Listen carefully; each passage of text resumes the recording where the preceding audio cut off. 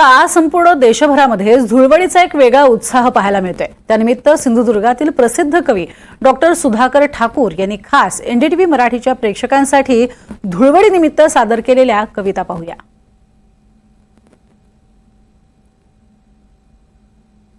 जे आहेत ते पशुसंवर्धन अधिकारी आहेत आणि ते फार मोठे कवी आहेत की ज्यांनी विविध क्षेत्रामध्ये फार मोठे पुरस्कार मिळालेले कवी आहेत। आपल्या समोर होळीच्या संदर्भातच ते एक आपल्याला कविता म्हणून दाखवणार। सुधाकरजी नमस्कार, नमस्कार। तुम्ही एक होळीची जी कविता आहे ती तुम्ही आज गाणार बोलणार आहात। Yes. कशी म्हणाल सांगा।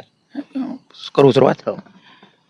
या होळीला घेऊन येईन, या होळीला मी घेऊन येईन एक अशी पिचकारी, या होळीला मी घेऊन येईन एक अशी पिचकारी, उडविल रंग दूर दूरनी तुलाही भिजविल काही, ती उडविल तुझ्यावरती काही, ती उडविल तुझ्यावरती काही, रंग भारले पाणी, दुरून पाहिल सौंदर्यही तुझे रसरसते आरस पाणी, तू होशील राधा मथुरेमधली, तू होशील राधा मथुरेमधली, मी होईन कृष्ण मुरारी, करू साजरी यमुना तीरी होळी ऐन दुपारी, अशी साजरी होईल होळी, अशी साजरी होईल होळी, कदंब वृक्षाखाली यमुनेच्याही पाण्याला तेव्हा येईल नवी झळाळी, असेल जरी का गोपिकांची, असेल जरी का गोपिकांची गर्दी माझ्या भोवती, घुमेल माझा पावा केवळ केवळ तुझ्यासाठी, ही सरेल जेव्हा होळी तेव्हा, ही सरेल जेव्हा होळी तेव्हा, नकोच कुठली नाराजी, हे रंग न पुसले जातील उरतील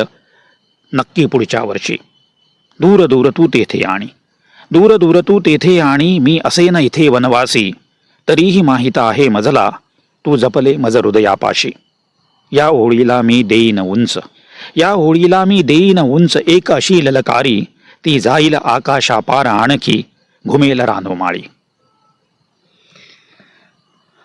नक्कीच। तर ठाकूर साहेबांनी ही जी आता कविता म्हणून दाखवलेली आहे ती खास त्यांनी स्पेशल होळीसाठी केलेली ही कविता होती। कॅमेरा पर्सन सौरभ सह गुरुप्रसाद दळवी, एनडीटीव्ही मराठी, सिंधुदुर्ग।